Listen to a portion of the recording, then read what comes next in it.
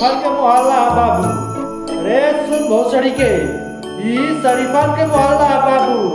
हम आशा करब कि तू आज के बाद से यहाँ अइबे ना। अरे सुने तेरी माँ की, पहली बार है यही से छोड़ दे तनी, अगली बार अइले तो अपने पैर पे चल के जइबे ना।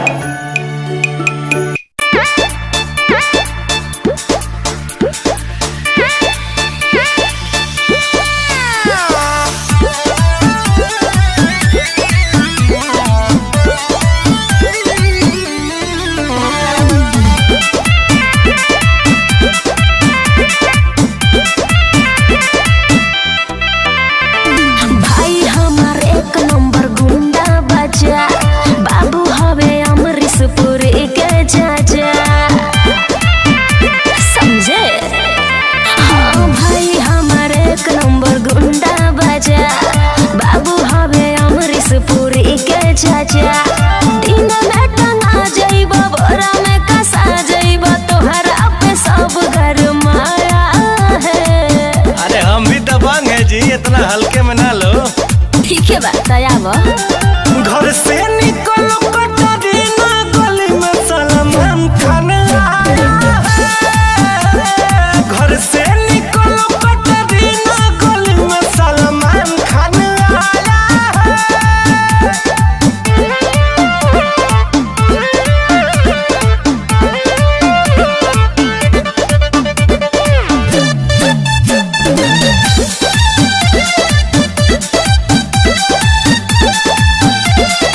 अरे काहे करे जा बहरी आवा देखा हम आगे नहीं।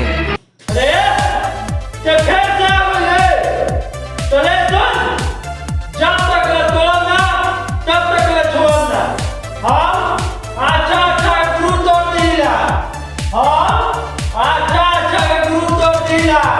देख रखत के बोले अरे तोरा चले का करा मार के छोड़ दिला।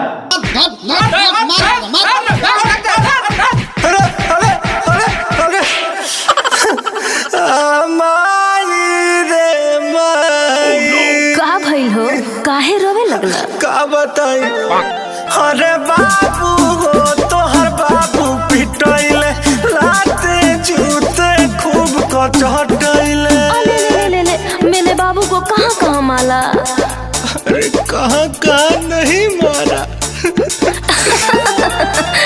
अरे मन लहना बात लब के कटले रहे केरी मजनुआ हो, का देखैला हीरो गिरी जननी हो तना लौर गिरी।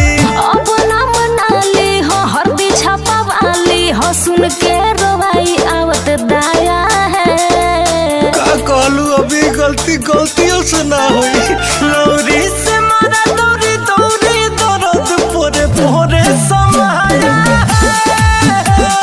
घर से निकलो कटरीना, गली में सलमान खान आया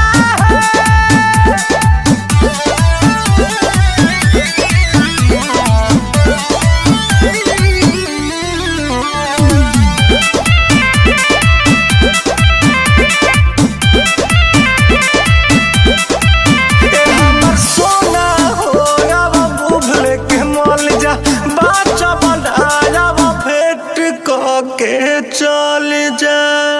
अब ढेर ड्रामा मत कर, ओतनो नहीं खपिटाई। ऐसे जानू बोला जान तनी मिले मजनुआ, प्यार तो से बहुत करिले। जानतानी जाने से हम मरिले। छोटू विशाल होई के तनो बवाल, रितेश तोहरे के दिल में बसाया है। ई तो हम जानते बानी कि हमारे हवा हमारे रहम चलिया।